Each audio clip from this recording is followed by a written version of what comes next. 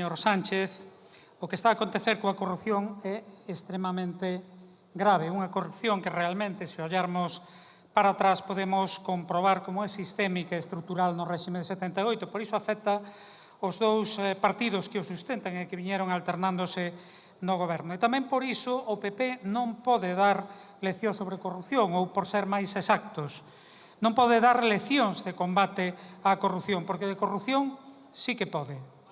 Na realidade son auténticos expertos, especialmente en ocultala e en zafar do escrutinio dunha xustiza reaccionaria ao seu servizo. Por iso temos claro que o Partido Popular, só ou en compañía de outros, quer dicir, da ultradereita parasitaria, non é ningunha alternativa de rexeneración democrática. Mais constatar iso, o feito evidente de que exista unha operación político-xudicial para acabar con este goberno apoiado en forzas soberanistas, non o exime a vostede e ao seu goberno de actuar con contundencia frente á corrupción. Non chega con afastar as persoas implicadas cando xa se descubriu a corrupción. O que compre establecer medidas de control permanente para garantir transparencia e boas prácticas nas responsabilidades políticas e públicas. En ese sentido, temos que dicir que vostede e o seu goberno non cumpriron. Hai 2 anos anunciaron medidas de regeneración democrática, mesmo solicitaron propostas ás forzas parlamentarias. O BNG fíxoas en diferentes ámbitos, administración pública, actividade económica, medios de comunicación, administración de xustiza, e, infelizmente, 2 anos despois constatamos que nin unha soa medida, polo menos relevante, foi aplicada nin sequera aprobada. Por tanto, señor Sánchez, fique claro que cando o BNG e outras forzas lle reclamamos contundencia frente á corrupción, estamos a falar de actuacións e non só de declaracións.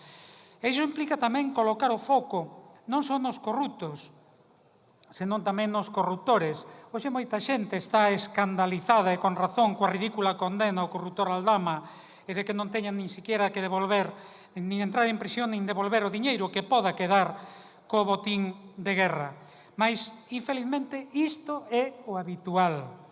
Nunca son investigadas as grandes empresas corruptoras que se benefician dos corruptos para acceder máis facilmente a contratos nas administracións públicas. Nunca foi, nin será investigado o palco do Bernabéu.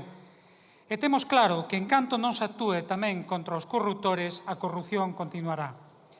Decía vostede que a cuestión para vostedes non é se continuar, senón como non continuar. Pois mire, para o BNG, no entanto, é para que continuar. E dicímoslo claramente, para cumprir todos os compromisos pendentes. Coa Galiza, a través do acordo de investidura co BNG e coas maiorías sociais. Por iso emprazamos a axilizar as medidas pendentes. Queremos ver implantado o tren de proximidade na Galiza, proxectos sólidos para avanzar na modernización da rede ferroviaria interna. Queremos verificar a quita da débeda no noso país, queremos ver avanzar a normalización da nosa lingua do galego no ámbito da administración do Estado, queremos que cumpran coas 20 semanas de permiso parental, con continuar incrementando as pensións mínimas e non contributivas, con elevar até 50% o financiamento da dependencia, mas tamén queremos ver derrogada dunha vez por todas a lei da mordaza e derrogada tamén íntegramente a reforma laboral do Partido Popular que aínda non fixeron. Queremos, en definitiva, máis democracia, dereitos e soberanía. Porque só cumprir coas maiorías sociais e os povos poderá frear o avance da dereita ultra e da ultradereita, porque é evidente que crecen coa corrupción e coa decepción. Por tanto, tolerancia cero contra a corrupción e cumprimento de compromisos.